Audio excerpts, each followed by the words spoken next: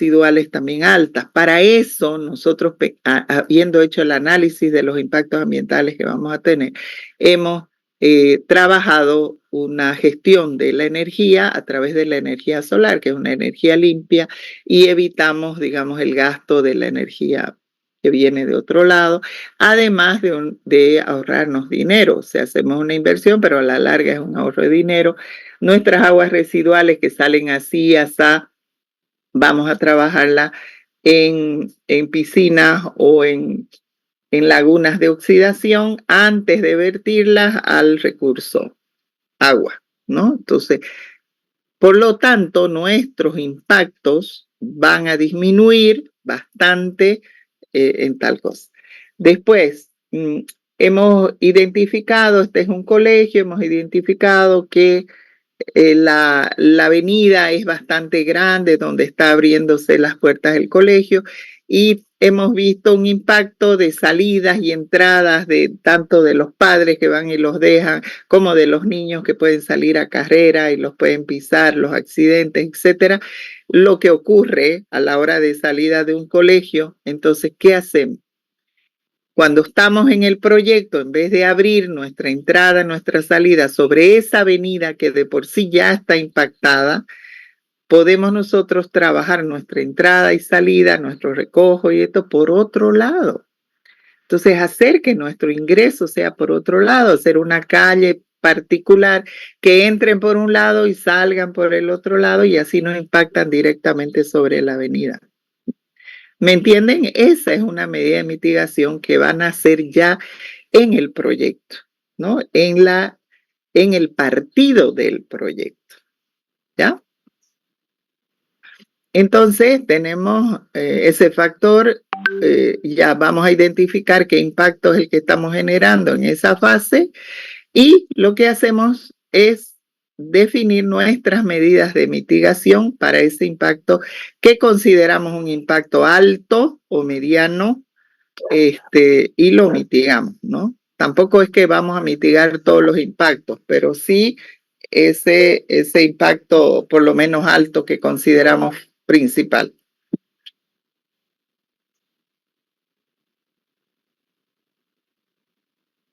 Perdón un ratito, sí. Hola, ¿te llamo ahorita? Dentro de un ratito. Ya. Bueno, entonces, ¿cómo serían nuestras medidas de mitigación? ¿No? ¿De qué tipo? Ya saben, entonces las medidas de mitigación son, cuando identificamos el impacto, ¿qué medidas vamos a tomar para remediar, para prevenir primero? Ese ejemplo que les di ahorita del colegio que abren sobre la avenida, o sea, ya nos dimos cuenta que puede pasar eso en la fase de operación, o sea, cuando ya esté funcionando el colegio. Y entonces ya pusimos la puerta en otro lado, hicimos que el tráfico de los padres que recogen se entren por acá y salgan por allá. O sea, ya identificamos y le hicimos una medida de prevención y evitamos el impacto, ¿no? En toda su magnitud, no en toda su magnitud, porque habrá siempre alguien que se parque en la avenida, pero ya son los menos. Entonces, es una medida de prevención. Después una medida de adecuación, ¿qué quiere decir? Nos adecuamos, es decir, por ejemplo, sabemos que vamos a utilizar o que necesitamos utilizar esto y entonces nos vamos adecuando, por ejemplo, al clima, nos vamos adecuando al entorno, o sea, hacemos que nuestra obra no impacte mucho en el entorno, ¿no? Por ejemplo, el caso de las medidas de un cambio climático, y lo importante es ahí la adecuación. Sabemos que está cambiando el clima, sabemos que está más caliente, entonces, ¿cómo es una medida de adecuación ante ese fenómeno? Pues usamos materiales que sean más aislantes, usamos una ventilación cruzada, hacemos una buena orientación de nuestro edificio y entonces vamos mitigando, adecuándonos a ese fenómeno que está ahorita incidiendo. Las medidas de mitigación, esa es mitigar, disminuir el impacto. A veces no podemos del todo terminar con el impacto, pero sí podemos ir disminuyendo esas medidas, ¿no? Por ejemplo, si vamos a abrir una avenida y vamos a impactar en las casas vecinas, en las casas, porque les va a afectar su patio, pues ahí es un impacto que no se lo puede, o sea, dentro del análisis del impacto, el aspecto socioeconómico y de desarrollo de esa área, pues es mayor que el impacto que pueden generarle a los vecinos. ¿Cuál sería una medida de mitigación o de compensación? Es pagarle el dinero, comprarle sus terrenos y bueno, ahí está, digamos, le compensaste, no lo volviste a hacer como era, pero en su defecto compensaste con algo, ¿no? Entonces, eso es. A veces nosotros dentro estamos urbanizando algo y el terreno del vecino, que es gran lote, gran espacio sin urbanizar, pues para que nos quede el lote perfecto, le quitamos un poquito a él, pero le compensamos en otro lado esa misma área de terreno. Entonces, ese es el tema, ¿no? Ir compensando. Nuestro terreno tiene 10 árboles y vamos a cortar 4 porque ahí está y entonces en compensación vamos a sembrar otros 4 o 10 o 20, vamos a hacer un bosque en toda esa zona para compensar ese impacto que está haciendo nuestra obra sobre ese entorno, ¿sí? ¿Sí le entienden un poquito? Y las medidas de mitigación también son un montón. Estas son 4 grandes grupos, pero varían, ¿no? Pero lo importante es, definimos el impacto y qué medidas le hacemos para adecuarnos, para prevenirla, para mitigarla, para compensar. Entonces, aquí un buen proyecto tenderá a minimizar o evitar posibles impactos adversos versus un mal proyecto que definitivamente tenderá a incrementar los impactos negativos. Entonces, ahí está la respuesta que ustedes pueden dar. Si bien todas las AOP, todas las actividades tienen un impacto, siempre van a tener, nuestro proyecto ha identificado los impactos más altos que tenemos en las diferentes fases del proyecto y se ha intentado minimizar y evitar nuevos impactos adversos con estas medidas, el uso de paneles solares, la gestión de los residuos, minimizar el gasto del agua, el gasto de aire acondicionado, en fin, todas esas son medidas de mitigación que van a ir compensando los impactos que pueden ser directos, indirectos. Por ejemplo, en la construcción, un impacto directo entra desde el acopio de material, tanto a nivel de dónde ponen los ladrillos, dónde ponen la arena, dónde vacían eso, también te producen impactos si no está bien hecho. O sea, viene un viento y se lleva toda la arena a todos los vecinos y si la camionada te costaba 500 bolivianos, pues con el viento se llevó media camionada y perdiste 250, ¿no? Entonces, el impacto no es solamente allá a la naturaleza, también te impacta al bolsillo en muchos casos. Las pérdidas de cosas impactan harto al bolsillo, ¿ya? ¿Hasta aquí está entendido? ¿Tienen alguna pregunta? ¿No? Bueno, esto ya es simplemente, no sé si lo saben, la huella ecológica. Esto a la hora, por ejemplo, de escoger los materiales, es bueno tomarlo en cuenta. ¿A qué se llama? Es un concepto, es el total de la superficie ecológicamente productiva necesaria para producir los recursos consumidos por un ciudadano medio de una determinada comunidad humana, así como la necesaria para absorber los residuos que genera, independientemente de la localización de estas superficies, ¿no? Entonces, ¿cuánto impacta hacer un jugo de naranja? Hay los famosos ejemplos. Entonces, ¿cuántas naranjas desde que se la siembra, todo el proceso? Entonces, definitivamente estos conceptos se usan principalmente en una producción, ¿no? El tema, por ejemplo, de la ganadería extensiva o la ¿cómo se llama? Agricultura extensiva, tiene una huella ecológica muy alta. De repente la carne que nosotros consumimos está con una huella ecológica alta porque estamos depredando, estamos compactando suelos, en fin, ¿no? Entonces, para producir 1 kilo de carne, ¿cuánto es lo que cuántos recursos se consumen a nivel de suelo, de agua, etcétera, etcétera? ¿Ya? Entonces, aquí está el consumo de recursos naturales, el consumo de energía, de las emisiones que se generan, el impacto sobre los ecosistemas, su comportamiento como residuo al final, ¿no? Cuántos residuos estamos generando y cómo gestionamos ese residuo. Lo botamos a la calle, que se ponga todo hediondo, que genere vectores, ¿cómo lo hacemos, no? Entonces, vamos a usar una botella de plástico, preferible llevar nuestro propio refresco en un tomatodo que sea de varios usos. Ese ya es una medida de mitigación que personalmente estamos haciendo porque nos interesa ambientalmente contribuir, ¿no? Entonces, bueno, y aquí está el tema del análisis del ciclo de la vida del edificio, que más o menos son las fases, ¿no? Entonces tenemos primero la extracción de recursos que va directamente a todos los materiales que nosotros vamos a definir y no solamente en la arquitectura, también en el diseño de objetos.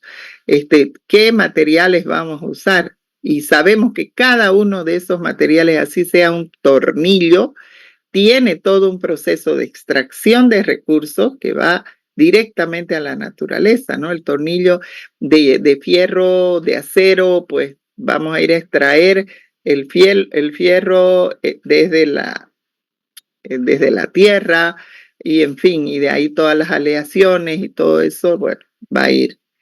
Después, la manufacturación de estos materiales, la producción del material, que ya tenemos ahí fábrica, tenemos energía, tenemos aguas residuales, emanaciones de gases, etc. La misma construcción en situ, que ya habíamos hablado, la fase de la construcción, cómo te impacta alrededor, el uso, que es la fase de operación, que nuevamente estoy reforzando, el abandono, que viene a ser la demolición para darle otro uso, y por último, la capacidad de que esos residuos puedan ser reutilizados o que al eliminarlos puedan degradarse por sí mismos, ¿no? Entonces ese es el ciclo y ese es lo que se llama un pensamiento,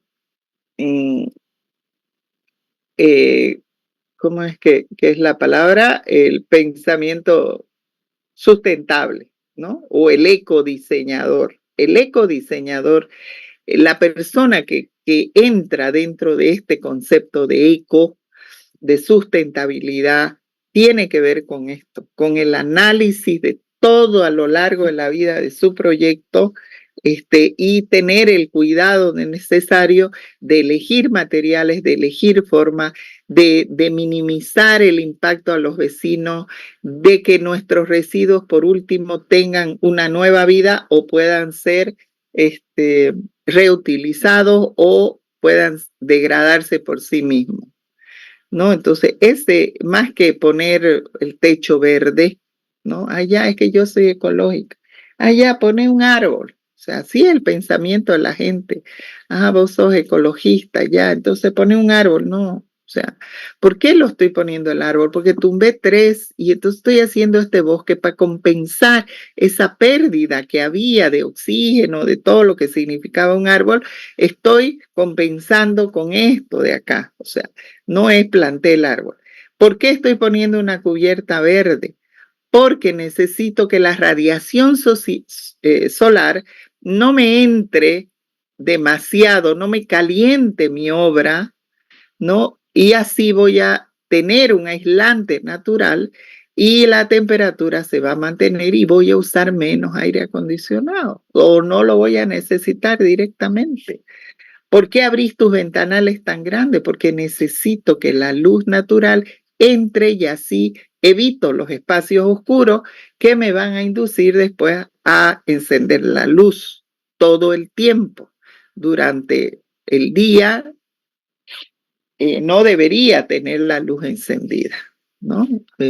Pero hay muchas obras que tienen espacios muy oscuros y que estás permanentemente con luz encendida. Y eso incide en el gasto de energía y así sucesivamente se va para atrás hasta de dónde llega la energía, ¿no? ¿Sí me entienden? Entonces, ese es el pensamiento de un ecodiseñador, tanto a nivel del objeto, desde la parte de la interfaz con el usuario, cómo es que lo hago, todos los materiales que puedan haber y después ya la fase de muerte de la tumba, digamos, el residuo como tal. Y acá igual, ¿no? O sea, la extracción, otra vez fabricación, embalaje, eso sería, digamos, en el producto, el ciclo de vida del producto, que es lo mismo, extracción, proceso de materias primas, la fabricación, la manufactura, cómo se elabora, el embalaje y la distribución, en este caso, sí, hacemos más énfasis en el tema de los productos, porque además el producto se multiplica por miles. ¿No? Nuestro diseño puede ser uno, pero si tiene suceso se multiplica por miles, no así la arquitectura. No, la arquitectura generalmente es un solo edificio, si hacemos muchas casas, pero no son nunca comparado con la cantidad de productos que fabrican las fábricas, ¿no? Entonces, por lo tanto, cantidad de embalaje, cómo se distribuyen los camiones que salen. Ahora, ¿cómo utilizamos? Si hay mantenimiento, ahora lo que han encontrado eh, comercialmente para ganar más plata es que definitivamente eh, ya son desechables, o sea, los usas una vez o dos veces, tres veces o 6 meses y listo, o sea, ya está, no sirven más, entonces tenés que comprar otra cosa nueva y el residuo se va prácticamente nuevo a la basura, ¿no? Entonces, eso es un fin comercial. No han tenido antes, por ejemplo, la heladera que comprabas te duraba toda una generación. Ahora no, te dura 5 años, ya no sirve, no hay repuesto, hay cosas patentadas, los televisores igual, te duraron 6 años, ya resulta que ya no hay, ya está embromado, tenés que comprarte otro nuevo, o sea, entonces eso, y la cantidad, ¿no? Y por último, el fin de la vida, que es cómo lo hago, ¿no? Si tiene residuos que pueden ser reutilizados o que pueden se degradan. Entonces, eso. Ya, pues. Y aquí está un trabajito práctico para que podamos hacer. En primer lugar, identificar las actividades, los impactos, aspectos ambientales, los impactos ambientales, así como los factores a los que son impactados. Ustedes pueden hacer un tipo cuadro, su actividad, aspectos, qué cosas de esa actividad van a ser potenciales para hacer, digamos, impacto ambiental, sobre qué factores va a impactar. Y entonces elaboran un cuadro después con las medidas de mitigación a lo que ustedes consideran que va a ser un impacto ambiental alto. ¿Sí? Ok. ¿Está entendido? Sí, Arqui. ¿Ah?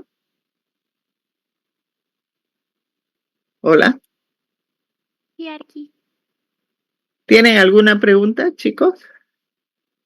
No, Arqui, está todo claro. Ya, ok. Bueno, entonces ahora también les había preparado, a ver, vamos a ver si lo pillo.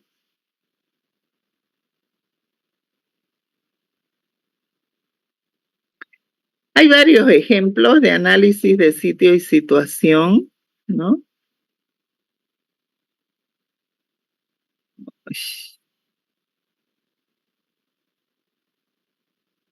Espera, vamos a ver si puedo compartir.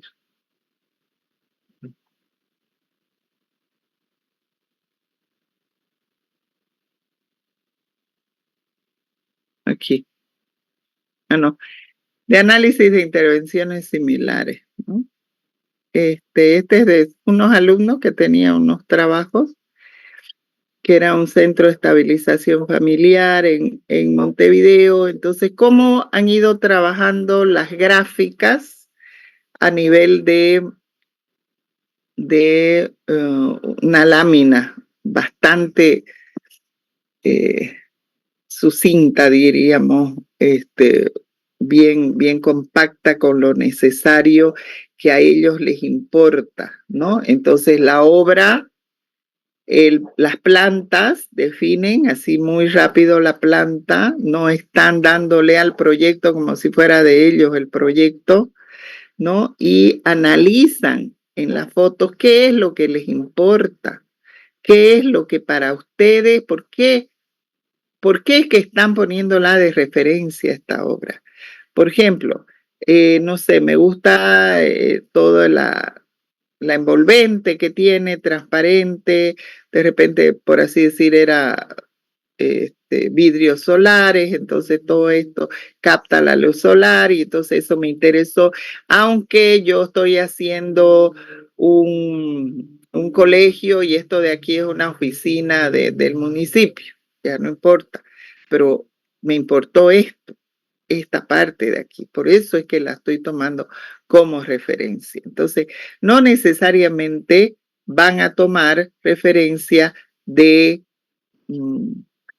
la misma función. Sí es importante para analizar, por ejemplo, el tema de cómo han trabajado ese arquitecto, ha trabajado un programa o una obra de función similar y cómo esa persona ha estructurado sus espacios. Entonces, hacer un análisis de planta, ¿no? Pero también aspectos tecnológicos, aspectos constructivos, aspectos de cómo a ver, ¿cómo impacta, ya que estamos hablando de impactos, cómo impacta mi obra al entorno? ¿No? Me gustó la interacción que esta obra tiene con su entorno, cómo ha dejado estos espacios abiertos, o sea, eso, ¿ya? Cómo tecnológicamente ha usado esta tragaluces y demás. Entonces, un poquito debe ser un análisis, no puede ser un no puede ser solamente porque encontré y lo puse y solo por llenar un capítulo. Todo esto te tiene que servir. Y entonces uno va escribiendo lo que le sirve, cómo es, ya es que este revestimiento, por ejemplo, este era refugio para víctimas de violencia doméstica, ¿no? Entonces, aquí hay para niños, adolescentes, me imagino que ese era su tema, este es de años atrás. Entonces, ¿cómo fueron ellos identificando cuál fue el concepto que tuvo el arquitecto dentro de lo que significaba el tema, ¿no? De protección, de no mostrar nada hacia afuera, sino las cosas hacia adentro, en fin, ¿ya? Bueno, eso. Y acá tenemos igual un análisis de sitio, pero diagramado. A mí me gustan las láminas diagramadas, no quiero ese tacto así, sino que tenga dinamismo, que se muestre en cada lámina o en 2, 3 láminas, mostremos esa síntesis de lo que hemos buscado y trabajado, ¿no? Entonces, esto un poquito es la presentación. Aquí ya está el análisis vial, la ubicación geográfica, el análisis vial, los principales vías, que esto nos sirve, ya habíamos hablado de los impactos ambientales, de qué está pasando acá, o sea, no es para decir, ya es que porque aquí hay una iglesia, que porque aquí hay otro colegio, aquí cerquita, y generalmente he visto que lo hacen ese análisis, ok, está bien como equipamiento, pero a veces el colegio no me sirve mucho porque no tengo relación, el uso de mi obra con el colegio. Pero ¿dónde es que te vas a tener relación? En el impacto sinérgico que te va, que te va a producir, o vos vas a producir y el otro va a producir sobre la calle, ¿no ves? Entonces, para eso también nos sirve saber qué otro equipamiento hay alrededor. Entonces, bueno, aquí está. cómo han ido, el perfil de las calles, es importante eso, cómo está definido. A veces no está abierto, pero podemos nosotros hacer una propuesta urbana, vamos más allá y decimos, bueno, como esto no está urbanizado todavía, de repente ahí en los pueblos y qué sé yo, entonces organizamos, hacemos esta gran abertura de calle, una avenida doble ancho, qué sé yo, porque esto va a generar que mucha gente vaya a mi proyecto, voy a unir la plaza, que es el centro del pueblo, y entonces voy a generar toda una vía turística que llegue y entonces voy a abrir la vía y qué sé yo. Entonces esas propuestas, cuando todavía el campo es virgen, no se ha trabajado mucho, entonces se pueden hacer esas propuestas que van a ayudar al municipio. ¿Ya? Aquí entramos ya en el análisis de sitio propiamente, es decir, en el terreno como tal y bueno, vistas alrededor de qué es lo que sucede. Entramos ya a trabajar la parte urbana, ¿ves? ¿Qué cosas hay? Escribiéndole a los lados. Estamos con el análisis bioclimático, de asoleamiento, de ventilación, de vientos predominantes. Eso ya para después de esto extraer el partido y, eh, y bueno, y definir cómo va a ser la ubicación de nuestra obra pensando en todos esos factores que los tenemos porque hay que tomarlos en cuenta porque todo esto se va a convertir en premisa. Acá no encontré, la verdad, lo que pasa es que me fui a la U, por eso me atrasé un poco. Los criterios de selección, ¿no? Yo les había pedido, bueno, generalmente, cuando vamos a encontrar o vamos a elegir un terreno, como profesionales es alta responsabilidad, es mucha responsabilidad. Porque te dice el cliente, bueno, arquitecto, búsqueme un terreno que sea apto para lo que vamos a hacer. Tu comitente te lo dice y el financiador también. Entonces, mire, hay estos 3 terrenos, 2 terrenos, ¿cuál escojo? ¿No? Entonces, ¿y cuál escoge? Ahí la decisión va a ir nuestra. Entonces, generalmente tenemos que hacer un cuadro con prioridades, es decir, ¿qué sería lo más importante para nuestra obra?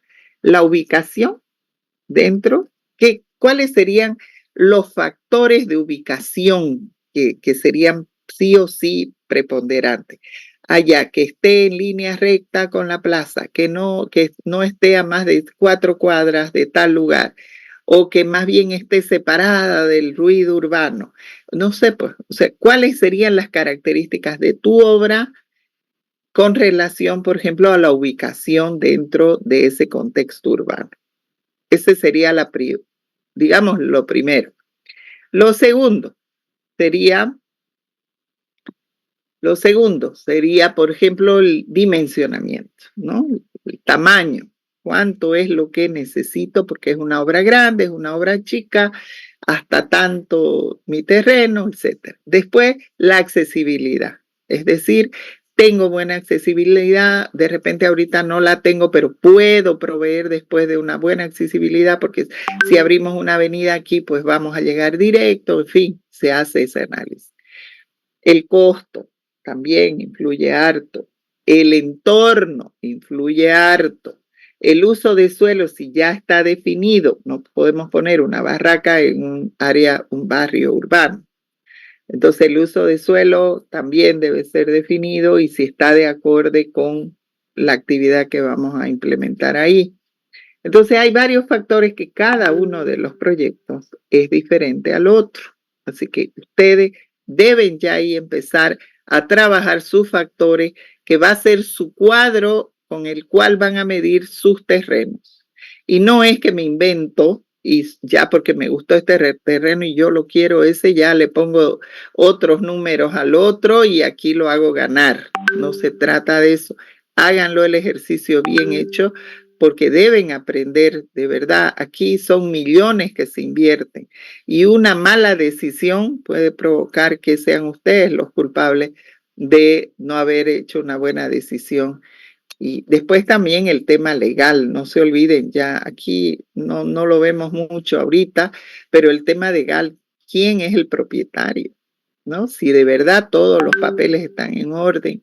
Entonces, siempre hay que ver si no tienen litigio de herencia, si no está embargado, si no está hipotecado, o sea, todo eso del terreno antes de invertir y de dar la plata, porque después ustedes cargan con ese problema, le cargan con ese problema a su cliente y van a ser sujetos a juicios y demás cosas, ¿no? Por no haber previsto antes. Así que no es una cosa menor el tema de la elección del terreno. En el caso de diseño, eso es más libre, ¿no? Porque no trabajamos sobre una cosa, un terreno estático, sino más bien son cosas más movibles. Ahí juega mucho el tema más de la interfase, del uso de los materiales, del diseño como tal, en fin. Entonces hay otros factores que en este caso no entra mucho esto que estamos viendo ahorita, que es el análisis vial. Ya. Bueno, ese sería un ejemplo, pero vamos a ver si tengo otro. Creo por ahí. ¿Tienen preguntas?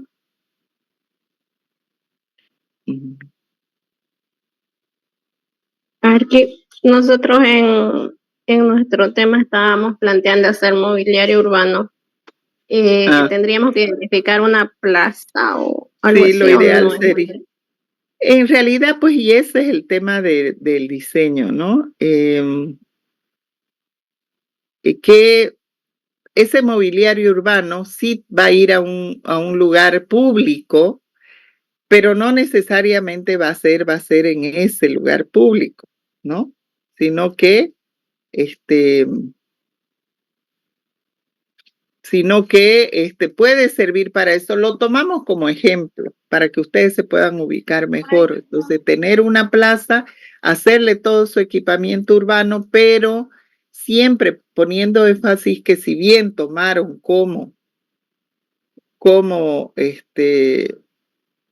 tomaron como referencia la plaza, este equipamiento puede ser colocado en cualquier área pública, ¿no?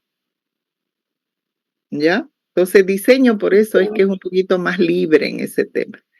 Bueno, acá tenemos, hay un grupo que está haciendo de diseño, que está haciendo el tema de los incendios, ¿no ve? Y el robotcito ese, no sé si están presentes ahorita. Arqui, buen día. Nosotros estamos diseñando el furgón de una camioneta. Ah, ya. En nuestro caso, ¿cómo sería? Pues su terreno es la camioneta.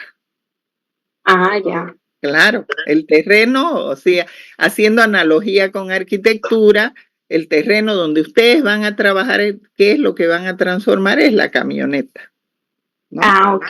Sí. ¿Ya?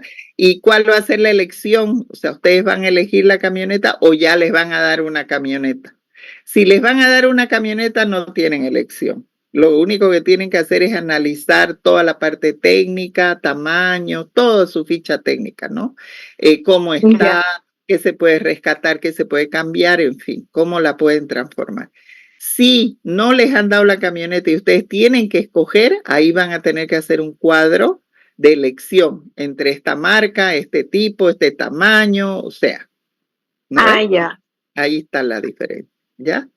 Ya. Bueno, Gracias.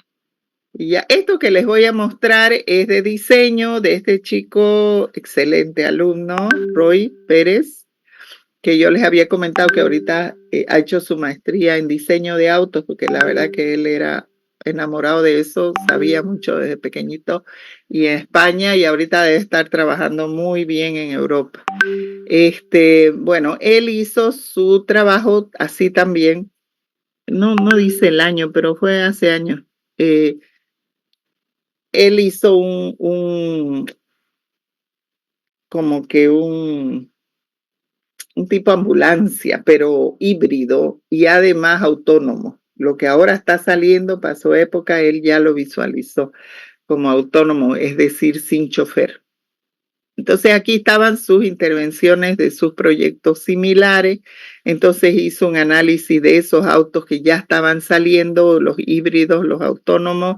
¿Ves? Este era un vehículo semiautónomo con asientos giratorios que se iban para un lado, se iban para el otro. Entonces él iba buscando algunos elementos que ya estaban lanzándose a nivel de prototipo, que todavía no habían sido lanzados al mercado, porque eso le iba a ayudar en su auto, que era como una ambulancia, que además salía el dron, recién estaban saliendo los drones, iba el dron y recuperaba. Bueno, la verdad que fantástico, eso me encantó mucho ese trabajo por lo futurista que había, ¿no? Entonces teníamos acá en la plataforma que estaban saliendo, fíjense, el celular Android, tablero de instrumentos, que lo hacía autónomo y podía ser controlado por distancia, ¿no? Entonces aquí ya el análisis de sitio y situación que él presenta, que era también los incendios, porque esto es de hace rato, el problema que es casi el mismo del grupo que está haciendo, el problema de los rescates, ¿ves? Los desastres naturales, no solamente los incendios. Fíjense el nivel de carreteras que hay, que además ¿cómo se llama? Se trancan, por ahí. Entonces, todo ese era su análisis de sitio y situación de él como diseñador, porque al final lo que estaba haciendo era un vehículo que pueda sobrellevar todos estos problemas que se presentan a la hora de estos desastres naturales, ¿no? Entonces, y acá teníamos, bueno, además aquí investigan los drones, ambulancias que ya habían, ¿no? Y hace algunas referencias, por eso les digo, no van a encontrar de repente la obra tal cual ustedes quieren, pero, y sobre todo en diseño, pero van a ir agarrando tecnologías de un lado, de otro lado, para armar lo que ustedes quieren e ir juntando esas piezas y después trabajar su espacio, ¿no? En este caso, fíjense que había este helicóptero que lo mandan directo, rapidito, me imagino yo que ve, aquí está para los signos vitales, que tiene para tomar la presión, un cardiólogo, ¿cómo es para ver el corazón, etcétera, y llega pues rapidito, ¿no? Es un dron helicóptero que maneja con esas cosas. Entonces un poco la idea de él era eso, ¿no? Entonces analiza el dron y todo y llega. Y acá proyectos similares, proyecto de emergencia live, que miren, que salía el carrito, se incrusta dentro de la matriz, este carro se hace más chico y un poco la idea, esa fue la base de la idea que él tuvo, solamente que de acá salían drones y se hacía más, o sea, era como que se transformaba, ¿no? Un transforme. Pero bueno, ya existía esto, ya está viendo, fíjense, la carcasa grande, vienen con el herido y se incrusta aquí y